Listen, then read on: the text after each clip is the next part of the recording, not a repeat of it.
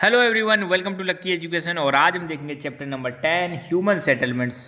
Class 12 की geography है और इसके छोटे छोटे क्वेश्चन हम देखने वाले हैं। और बुक है हमारी फंडामेंटल्स ऑफ ह्यूमन ज्योग्राफी। ठीक है, अभी मैं थोड़ा सा क्वेश्चन की संख्या कम कर दी है। लास्ट वीडियो में मैं कम से कम 30-40 क्वेश्चन आपसे डिस्कस कर रहा था, मगर कुछ बच्चे कह रहे थे कि सर इतने ज़्यादा क्वेश्चन अभी मत दो, दिक्कत आएगी अभी, है ना। ठीक है, कोई बात नहीं। तो लगभग 15-15 क्वेश्चन हम देखेंगे और फिर आपको डेली वीडियोज भी मिल जाएंगे। कम कम क्वेश्चन मुझे बनाना भी आसान रहता है। खैर, शुरुआत करते हैं ह्यूमन सेटलमेंट की। सेम टू सेम चैप्टर आपका इंडिया वाली बुक में भी दे रखा है और सेम टू सेम चैप्टर ये आपका ह्यूमन वाली जो बुक है, ह्यूमन ज्योग्राफी वाली बुक, वहाँ पर भी है। ठीक है, चीज़ वही है, बस थोड़ा सा अंतर है ना। तो पहली बात तो ह्यूमन सेटलमेंट का मतलब क्या है। ह्यूमन सेटलमेंट का मतलब है जहाँ पे लोग रहते हैं, घर बने रहते हैं, उन सभी घरों को मिला दो तो जो क्लस्टर ऑफ हाउसेस जो है जहाँ पे लोग रह रहे हैं उसी को हम क्या बोलते हैं, ह्यूमन सेटलमेंट। ये टेम्परेरी भी हो सकते हैं, परमानेंट भी हो सकते हैं, छोटे हो सकते हैं, बड़े हो सकते हैं, कुछ भी हो सकता है ना। What do you mean by सब अर्बनाइजेशन? सब अर्बनाइजेशन, देखो अर्बनाइजेशन में क्या होता है, लोग गांव से कहाँ पे जाते हैं, शहरों की तरफ जाते हैं, रूरल एरिया से अर्बन एरिया की तरफ जाते हैं। मगर सब अर्बनाइजेशन में क्या होता है, अर्बन एरिया से आउटर साइड में जाते हैं लोग बाग, है ना। आपको पता है आज की डेट में जो शहर हैं हमारे बहुत ज़्यादा कंजेस्टेड होते जा रहे हैं, पॉल्यूटेड होते जा रहे हैं, पॉपुलेशन बढ़ रही है, रहने के लिए जगह नहीं है।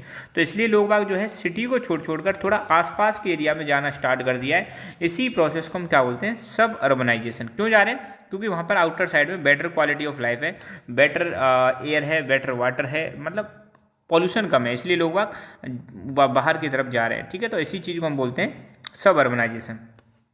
इन which areas compact settlement are found? किन एरियाज में कॉम्पैक्ट सेटलमेंट पाए जाते हैं? तो रिवर वैलीज, फर्टाइल प्लेन्स, यहाँ पर कॉम्पैक्ट सेटलमेंट पाए जाते हैं। कॉम्पैक्ट सेटलमेंट में क्या होता है, जो घर होते हैं वो बिल्कुल पास पास में होते हैं, इसलिए इनको हम क्या बोलते हैं, कॉम्पैक्ट सेटलमेंट बोलते हैं। Which type of economic activities mainly carried out in rural settlement? Rural settlement में कौन सी एक्टिविटी कैरी की जाती है? तो वो है प्राइमरी एक्टिविटी, जैसे agriculture, animal husbandry, fishing, mining. अच्छा, आपको कमेंट करके बताना है कि अर्बन एरिया में किस टाइप की एक्टिविटी कैरी की जाती है ना। Which tribe lives in igloos in polar areas? Polar areas में इग्लूज में कौन रहता है? तो एस्किमो रहते हैं। इग्लू क्या है? बर्फ़ के घर होते हैं जो कहाँ पे पाए जाते हैं, पोलर एरियाज में। क्वेश्चन ऐसे भी आ सकता है कि एस्किमो ट्राइब किस टाइप के सेटलमेंट में रहती है, तो आपको बताना है इग्लूज में रहती है। कहाँ पर? पोलर एरियाज में। ठीक है, एस्किमोज एक ट्राइब है। What do you mean by double village? Double village का मतलब क्या? मान लो एक यहाँ पे बीच में रिवर है, एक तो कोई रिवर जो है अगर किसी गांव को ऐसे डिवाइड कर देती है दो भागों में, तो इसको हम क्या बोलते हैं, डबल विलेज बोलते हैं। अब यहाँ पे या तो इसमें कोई ब्रिज बना होगा या फिर कोई फेरी होती है। फेरी मतलब कोई नाव वाव टाइप की होती हैं जो इनको लोगों से एक जगह से दूसरी जगह ले जाते हैं। ठीक है, तो किसी रिवर के आसपास अगर दोनों तरफ सेटलमेंट पाया जा रहा है तो इसको हम क्या बोलते हैं, डबल विलेज कहते हैं। Which type of settlement develop along the sides of road, river और कैनाल? ये मान लो कोई रोड है, ये मान लो या कोई रिवर है, या ये मान लो कोई कैनाल है। तो कैनाल में कैसे सेटलमेंट पाए जाते हैं? एक ही लाइन में सेटलमेंट पाए जाते हैं। एक ही लाइन में जो सेटलमेंट पाए जाते हैं इनको हम बोलते हैं लीनियर सेटलमेंट। ठीक है, तो ये ध्यान रखना, कोई रिवर हो, रोड हो या कैनाल हो, इसके सहारे जो पैटर्न बनेगा वो लीनियर बनेगा, मतलब लाइन वाला है ना, एक ही लाइन में घर पाए जाते हैं। साइट का मतलब क्या है? साइट का मतलब है जहाँ पे आपका घर पाया जा रहा है ना, उसको हम क्या बोलते हैं, site. It refers to the actual piece of ground on which settlement is built.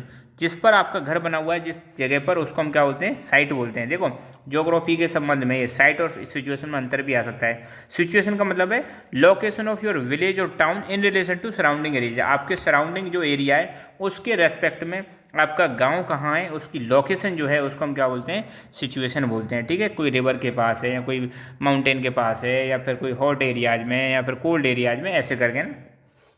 In which year London crossed 1 million population? तो लंदन की पॉपुलेशन कब एक मिलियन को क्रॉस कर जाती है? 1810 में। तो 1810 में लंदन दुनिया का पहला देश बन जाता है जिसकी पॉपुलेशन कितनी हो गई थी, 1 मिलियन। 1 मिलियन का मतलब होता है 10 लाख। कितना होता है? 10 लाख। ठीक है, बहुत आसान है। Okay, who plan the city of Canberra? अब आपको पता है कैनबरा ऑस्ट्रेलिया की कैपिटल है, तो इसको किसने प्लान किया था? इसको प्लान किया था Walter Burley Griffin. Who gave the concept of megalopolis? Megalopolis का कॉन्सेप्ट किसने दिया था? Jean Gottmann.